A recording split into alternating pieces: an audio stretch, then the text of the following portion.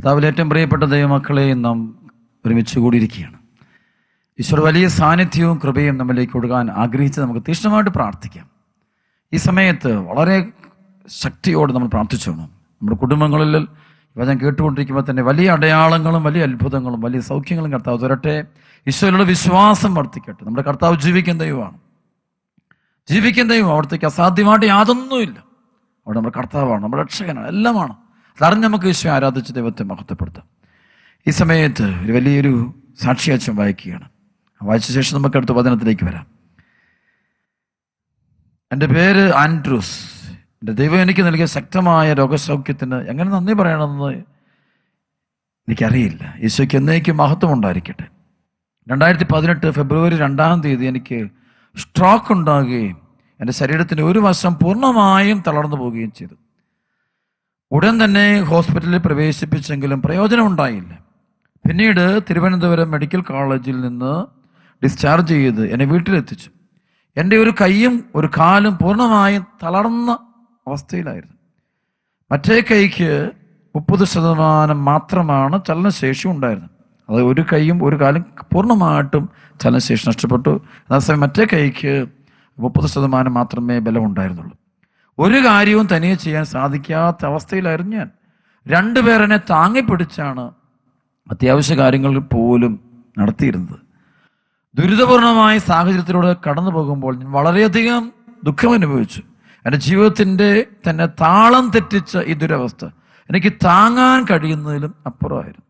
സങ്കടകരമായ അവസ്ഥയിലാണ് തിരുവനന്തപുരത്ത് വെച്ച് അച്ഛന് നേതൃത്വം നൽകുന്ന കൃപാഭിഷേക കൺവെൻഷൻ നടക്കുന്ന കാര്യം ഞങ്ങൾ അറിഞ്ഞത്. കൺവെൻഷൻ ഗ്രൗണ്ടിൽ ചെന്ന് ശുശ്രൂഷയിൽ സംബന്ധിക്കാൻ ശരീരം തളർന്ന ആ അവസ്ഥയിൽ എനിക്ക് സാധിക്കുമായിരുന്നില്ല.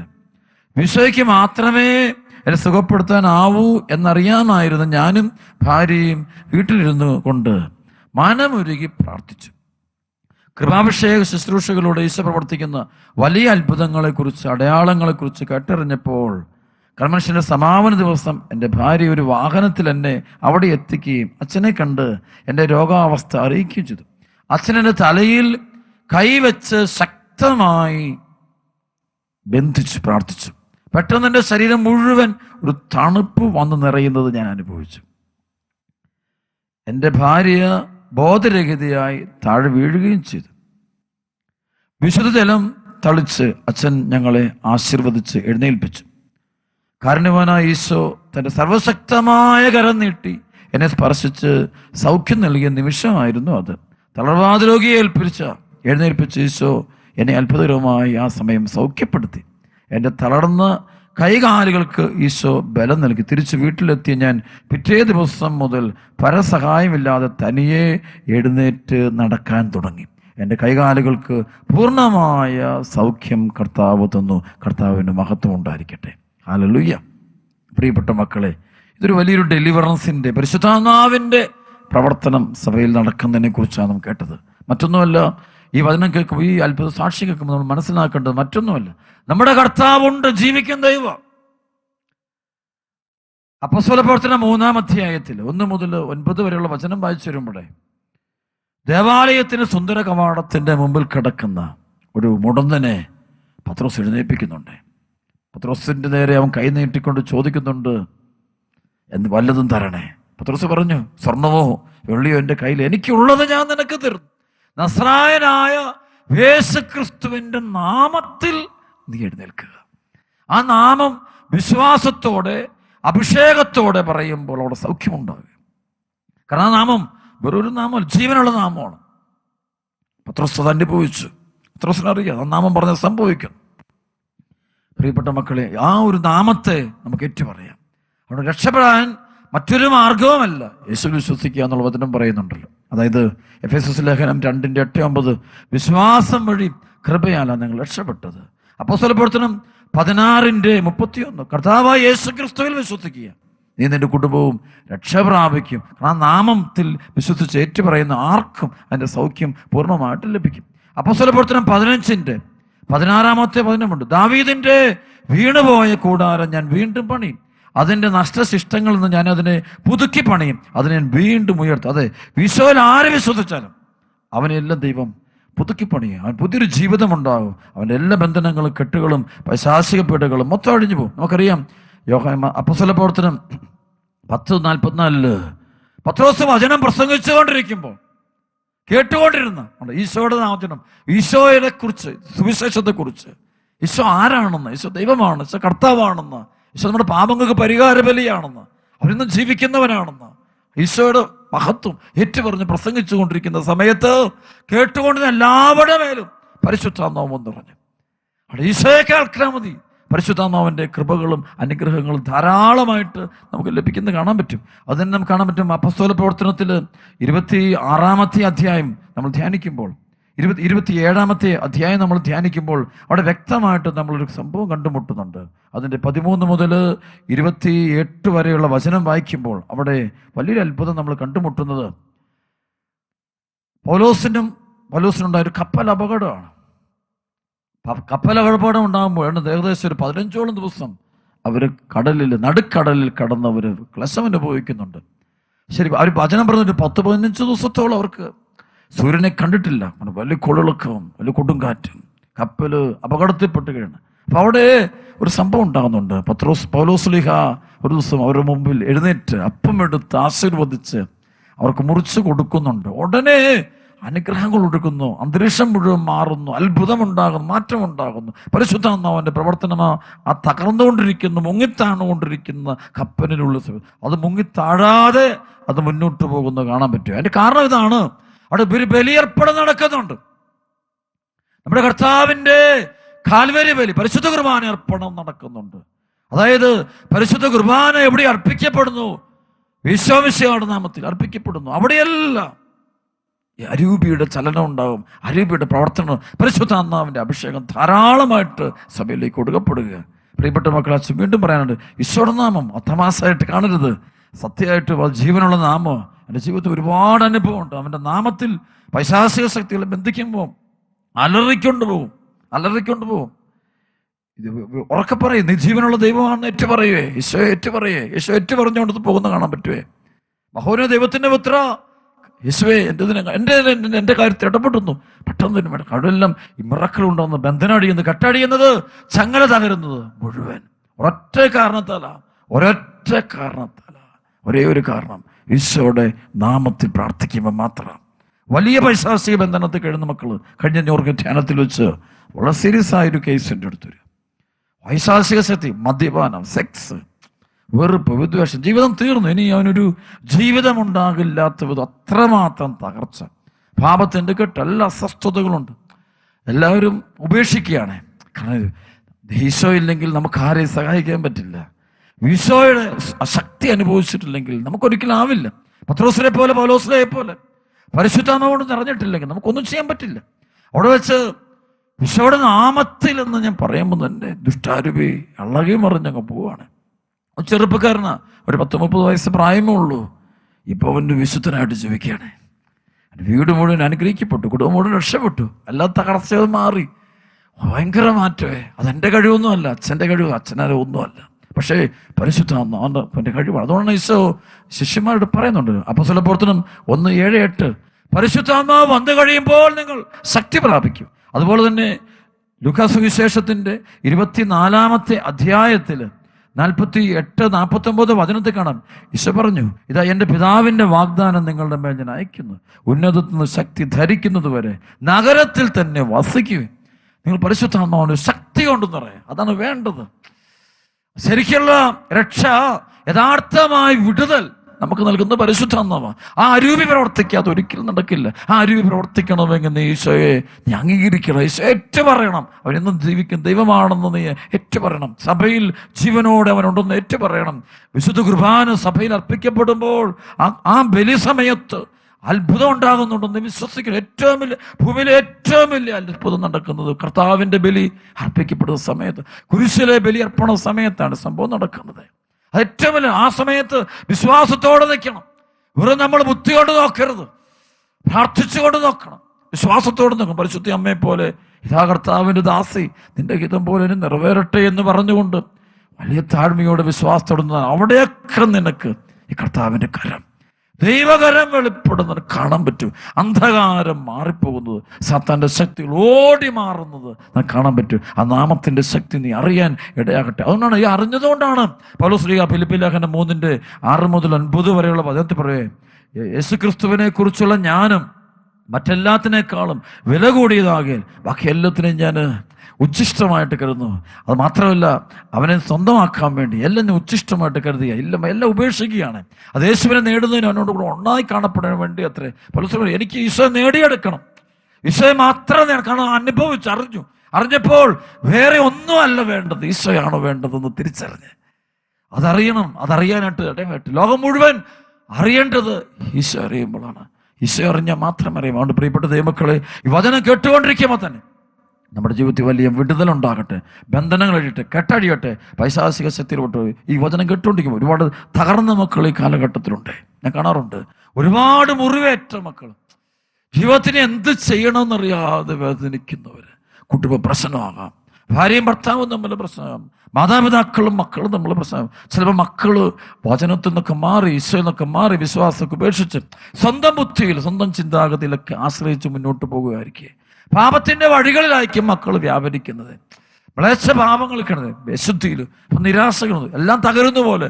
ചില സമയത്ത് കുടുംബം തകരുകയാണോ, എല്ലാം തീരാൻ പോകണം, ഇനി എന്ത് വഴിയില്ലേ, ഇനി ആരുമില്ല സഹായിക്കാൻ. യുക്തിയും ബുദ്ധിയും ഒക്കെ ചിന്തിച്ചപ്പം അപകട അനർത്ഥമല്ലാതെ വേറൊന്നും ചിന്തിച്ചിട്ട് കിട്ടുന്നില്ല. കാരണം മനസ്സിന്റെ ചിന്താഗതികൾ അങ്ങനെ പോവുള്ളൂ. പക്ഷെ അവിടെ നീ കരുതണം, നിന്റെ ചിന്തകൾക്കപ്പുറത്ത് പ്രവർത്തിക്കാൻ കഴിവുള്ളൊരു വലിയൊരു ദൈവമുണ്ട്, വലിയൊരു കർത്താവുണ്ട്, വലിയൊരു ഈശോയുണ്ട്. ആ ഈശോയെ നീ ഏറ്റുപറഞ്ഞാൽ മതി മക്കളെ, അപ്പോൾ തന്നെ നമ്മുടെ ജീവിതത്തിൽ വിടുതലും സൗഖ്യവും ഒക്കെ സംഭവിക്കും. വിശ്വസിക്കുന്നു. ഈശോയോട് കൂടുതൽ അടുക്കുക. ഈ വചനം കേൾക്കുമ്പോൾ നിങ്ങൾക്ക് ഈശോയോട് താല്പര്യം ഉണ്ടാകുക. ഒരിക്കൽ ഞാൻ ഓർമ്മിക്കുക, അതൊരു കുടുംബമാണ്, തകർന്നൊരു കുടുംബം. ഭാര്യയും ഭർത്താവും തമ്മിൽ ഒരു പ്രശ്നം, മക്കളുടെ പ്രശ്നം മുഴുവൻ തീർന്നു, സാമ്പത്തിക പ്രശ്നം, ദാരിദ്ര്യം, കടബാധ്യത. അവരുടെ കുടുംബത്തിൽ അത് പ്രശ്നങ്ങളൊന്നുമില്ല. അവർ പറഞ്ഞു വെച്ചാൽ, ഞങ്ങളുടെ കുടുംബത്തിൽ പണ്ട് കുറേ മന്ത്രവാദങ്ങളും കൂടോത്രങ്ങളും ചാത്തൻ സേവകളും പൈശാചിക ആരാധനകളും ഒക്കെ നടന്നിട്ടുണ്ട്. ഒരുപാട് ജ്യോത്സ്യന്മാരുടെ അടുക്കലൊക്കെ പോയി ഞങ്ങളുടെ ജീവിതം ഞങ്ങൾ നശിപ്പിച്ചിട്ടുണ്ട്. എന്തെന്നറിയില്ല അച്ഛാ, എല്ലാം കൊണ്ട് തകരുക. എല്ലായിടത്തും പോയി പ്രാർത്ഥിച്ചിട്ടുണ്ട്, ഒരുപാട് സ്ഥലങ്ങളിൽ പ്രാർത്ഥിച്ചു. ഞാൻ പറഞ്ഞു, അത് പ്രാർത്ഥിച്ചു എന്നുള്ളതൊക്കെ സംഭവിച്ചു. പക്ഷെ നിങ്ങൾക്ക് ഈശോയിൽ വിശ്വാസം പോരാ. നിങ്ങൾ ഈശോയോട് മാപ്പ് പറയണം, നിങ്ങൾ ഈശോയെ വിശ്വസിക്കണം, ദൈവമായിട്ട് അംഗീകരിക്കണം. നിങ്ങൾ അത് ഹൃദയത്തിൽ ആഴത്തിൽ ഈശോ ജീവിക്കുന്ന ദൈവം. ഞാൻ കുറേ നേരം അവരോട് പറഞ്ഞത്, ഈശോ ജീവിക്കുന്ന ദൈവം. നിങ്ങൾ തോന്നലായിട്ട് കാണരുത്, കേൾവി വെറുതെ പുസ്തകത്തിൽ വായിച്ചറിയുന്നില്ല. അതുപോലെ നീ ചിന്തിക്കുന്നത് പോലും അറിയുന്ന ദൈവം, നിന്റെ ചിന്തകൾ പോലും. അതായത് സങ്കീർത്തനം 139:1 മുതലുള്ള വചനം, കർത്താവേ അവിടുന്ന് എന്നെ പരിശോധിച്ചറിഞ്ഞിരിക്കുന്നു, ഞാൻ ഇരിക്കുന്ന എഴുന്നേൽക്കുന്ന എല്ലാം അവിടുന്ന് അറിയുന്നു, എൻ്റെ മുമ്പിലും പിമ്പിലും അവിടുന്ന് എനിക്ക് കാവൽ നിൽക്കുന്നു, അവിടുത്തെ കരം എൻ്റെ മേലുണ്ട്. അപ്പൊ ആ ഒരു ദൈവത്തെ നീ അറിയണം. നീ അറിഞ്ഞാലേ നിനക്ക് പ്രാർത്ഥിക്കാൻ പറ്റുള്ളൂ. അറിയാതെ പ്രാർത്ഥിക്കുമ്പോൾ അത് ബുദ്ധി കൊണ്ടുള്ള പ്രാർത്ഥനയാണ്, ഇന്റലക്ച്വൽ പ്രയറാണ്. ഇന്റലക്ച്വൽ പ്രയർ ഒരിക്കലും നമുക്ക് ഈശോ അനുഭവിക്കും. ഹൃദയത്തിൽ നിന്ന് പ്രാർത്ഥന ഉണ്ടാകണം, ഹൃദയത്തിൽ നിന്ന് പ്രാർത്ഥന ഉണ്ടാകണം. അപ്പോഴാണ് അനുഗ്രഹം ലഭിക്കുക. അപ്പോൾ അവർ പ്രാർത്ഥിച്ചുകൊണ്ട് പോവുകയാണ്. അപ്പോൾ ഞാൻ പറഞ്ഞു, അത്ഭുതം ഉണ്ടാകും. അവിടെ ഞാൻ ചില പ്രാർത്ഥനയൊക്കെ പറഞ്ഞു കൊടുത്തു. നിങ്ങൾ പോയിരുന്ന് കരുണക്കൊന്തയിൽ പ്രാർത്ഥിക്കുക, ദൈവകരുണയ്ക്ക് വേണ്ടി വിട്ടിരുന്ന് മുട്ടിപ്പാട്ട് പ്രാർത്ഥിക്കുക, നന്നായിട്ട് കുമ്പസാരിക്കുക, നന്നായിട്ട് വിശുദ്ധ ബലിയിൽ നിങ്ങൾ പങ്കെടുക്കുക, തീക്ഷ്ണമായിട്ട് പ്രാർത്ഥിക്കുക. ദൈവം ഇടപെടും. ദൈവം എന്നൊരാളുണ്ട്, ദൈവം എന്നൊരാളുണ്ട്. ഇന്നും അത്ഭുതങ്ങൾ, അടയാളങ്ങളും സൗഖ്യങ്ങളും കൊടുത്തുകൊണ്ട് നമ്മുടെ മധ്യത്തിലൂടെ നടന്നു പോകുന്ന ഉദ്ധിതനായ ഈശോയുണ്ട്. അത് നിങ്ങൾ സംശയിക്കാതെ പ്രാർത്ഥിച്ചാൽ മതി. നിങ്ങളുടെ കുടുംബത്തിൽ അത്ഭുതം ഉണ്ടാകും. പിന്നീട് ഇവരെൻ്റെ അടുത്ത് വരുമ്പോൾ കരഞ്ഞുകൊണ്ട് വലിയ സാക്ഷ്യം എഴുതിക്കൊണ്ട് വരിക, ഒത്തിരി കാര്യങ്ങൾ എഴുതിക്കുക. അച്ഛാ അത് എഴുതുമ്പോൾ, അച്ഛന് ഞങ്ങളുടെ കുടുംബത്തിൻ്റെ പ്രശ്നങ്ങൾ അഴിയാത്ത മേഖലയൊന്നുമില്ല. അപ്പം ഞങ്ങൾ സഹനം ഉണ്ടെങ്കിലും ഞങ്ങൾക്ക് വലിയ ആനന്ദം. കണച്ചാൽ വലിയ പ്രശ്നങ്ങൾ മാറി, തിന്മ മാറി, അന്ധകാരം മാറി. ഏറ്റവും വലിയ അത്ഭുതം ഉണ്ടായത് വലിയൊരു കടബാധ്യതയുടെ തകർച്ച കഴിയത്. അവർ വളരെ പ്രശ്നത്തിൽ കിട്ടും. അവിടെ അത്ഭുതകരമായിട്ടൊരു ഭൂമിയൊക്കെ വിറ്റുമാറും. അവർ പറയാണ്, പക്ഷെ ഇപ്പം ഞങ്ങൾക്ക് ഒരു കാര്യം മനസ്സിലായി, ഞങ്ങൾ പ്രാർത്ഥന തുടങ്ങിയപ്പോൾ ഞങ്ങളുടെ കുടുംബത്തിൽ ഈശോയെ ഇറങ്ങി നിന്ന് ഇടപെടുന്നത് ഞങ്ങൾക്ക് ശരിക്കും ഓരോ ദിനത്തിലും കാണാമായിരുന്നു, ശരിക്കും കാണാമായിരുന്നു. ഞങ്ങൾ നിലവിളിക്കുമ്പോൾ പെട്ടെന്ന് ഇടപെടുന്നൊരു അനുഭവം ഞങ്ങളുടെ ജീവിതത്തിൽ വ്യക്തമായിട്ട് കാണാമായിരുന്നു. ആ പ്രിയപ്പെട്ട മക്കളെ, ആ ഒരു അനുഭവം നിങ്ങൾക്ക് എല്ലാവർക്കും ഉണ്ടാകണമെന്ന് ഞാനും പ്രാർത്ഥിക്കുക. ആരെല്ലാം യേശു വിശ്വസിക്കുന്നു, പോര മക്കളെ ആഴത്തിൽ വിശ്വസിക്കണം. വിശ്വാസം എന്നൊരു വരമുണ്ട്. ആ വരം നമ്മൾ ഹൃദയത്തിൽ സംഭവിക്കട്ടെ. അത് സംഭവിക്കുമ്പോൾ അത്ഭുതമുണ്ടാകും, വിടുതലുണ്ടാകും, സൗഖ്യമുണ്ടാകും. കർത്താവിൻ്റെ കരം നമ്മൾ നേരെ അനുഭവിക്കുക തന്നെ ചെയ്യും. കർത്താവിനെ സ്പർശിക്കാൻ പറ്റും. സാത്താൻ്റെ പീഡകൾ, പൈശാചിക പീഡകൾ പൂർണ്ണമായിട്ടും നമ്മളെയും നമ്മുടെ കുടുംബത്തെയും നമ്മുടെ ജീവിതത്തിൻ്റെ സകല മേഖലകളെയും വിട്ടുപോയിക്കുക തന്നെ ചെയ്യും. നമുക്കറിയാം. അതുകൊണ്ട് കൂടുതൽ ആഴത്തിൽ ഈശോ ഇന്നും ജീവിക്കും. ദൈവം വിശ്വസിക്കും. നമുക്കറിയാം ഹെബ്രായ ലേഖനത്തിൻ്റെ 11-ാമത്തെ അധ്യായത്തിൽ എഴുതി വെച്ചിരിക്കുന്ന വലിയൊരു വിശ്വാസത്തെക്കുറിച്ചുള്ള വചനമുണ്ട്. ഹൃദയത്തിൽ നമ്മൾ സൂക്ഷിക്കാമത്. ഹെബ്രായ ലേഖനം 11:6 വിശ്വാസമില്ലാതെ ദൈവത്തെ പ്രസാദിപ്പിക്കുക സാധ്യമല്ല.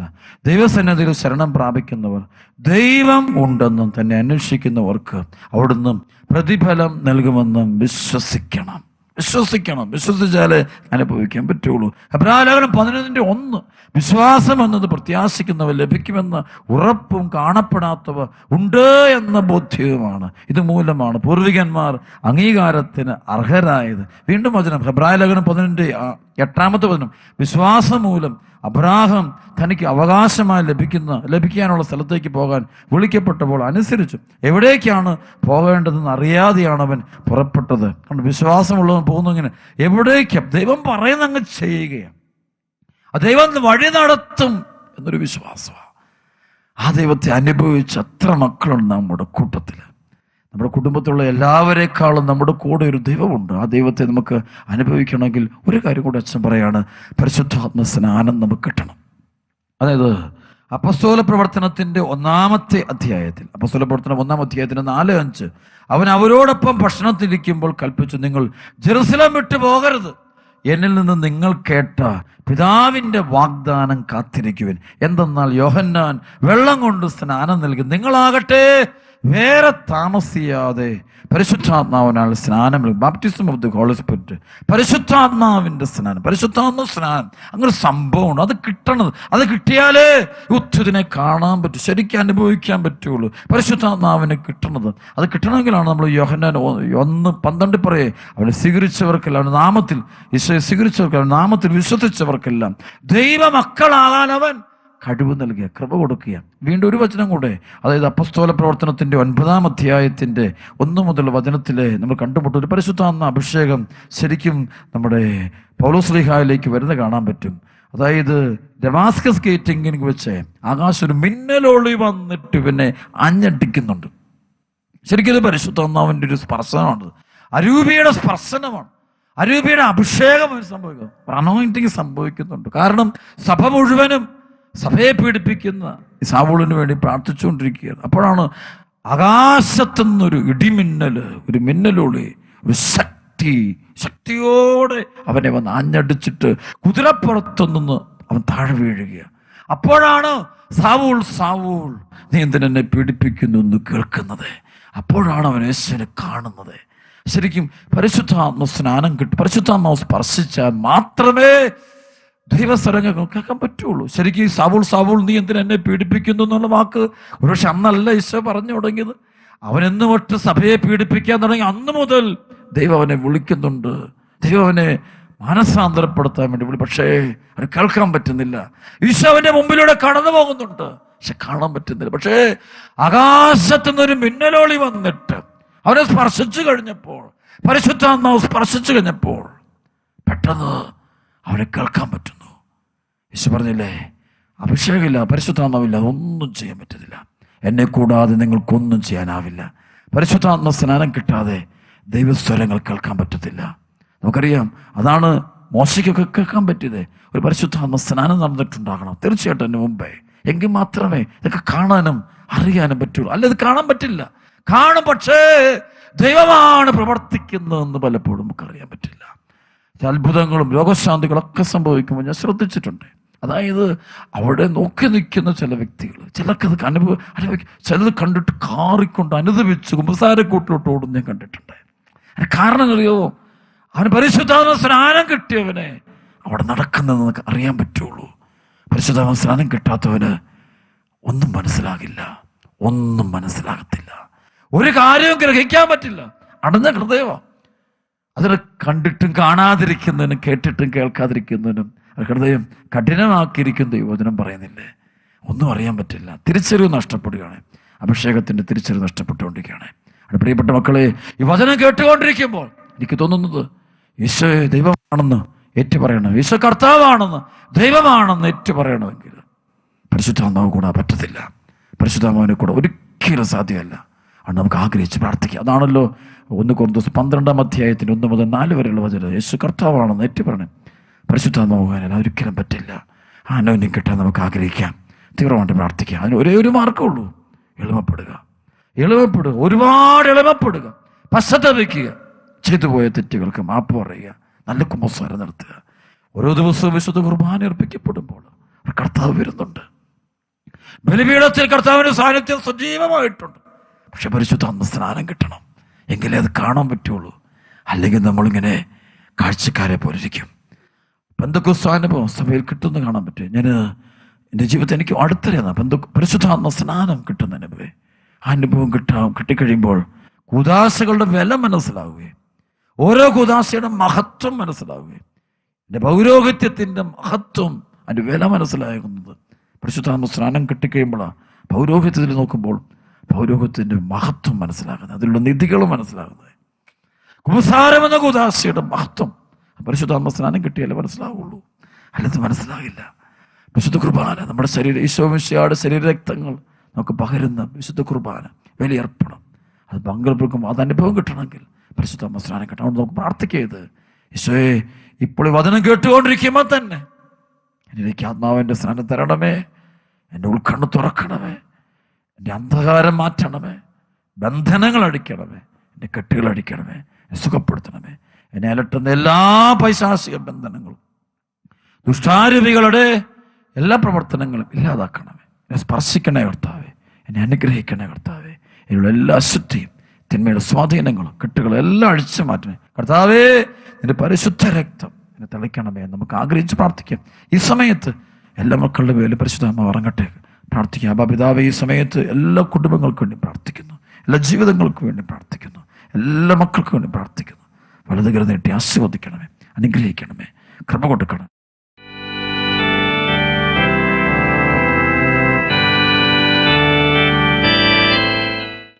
ഈശോയോടെല്ലാം സമർപ്പിക്കാം. ഈ ആരാധന സമയത്ത് അത്ഭുതം ഉണ്ടാകട്ടെ. അവനെനിക്കായി മരിച്ചു,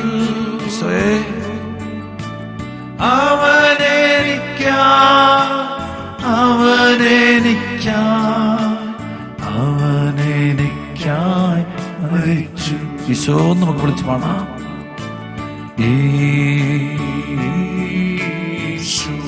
ഈശോയെ ഹൃദയം തുറന്നു ദിവ്യഗാനത്തിലേക്ക് നോക്കിക്കൊണ്ട് ഈശോ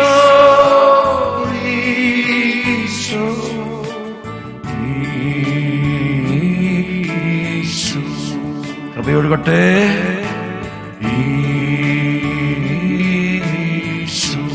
ഈശോയെ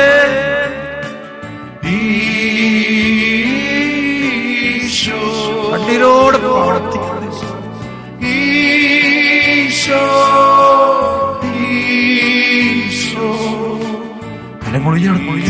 കർത്താവിന്റെ കൈകൾ എല്ലാം കൊടുത്ത് ഹല്ലേലൂയ പാട് നമുക്ക് ആരാധിക്കാം. മലകമാരുടെ വിശുദ്ധരോട് ചെന്ന് ആരാധിക്കാം. കർത്താവേ ഏറ്റെടുക്കണം.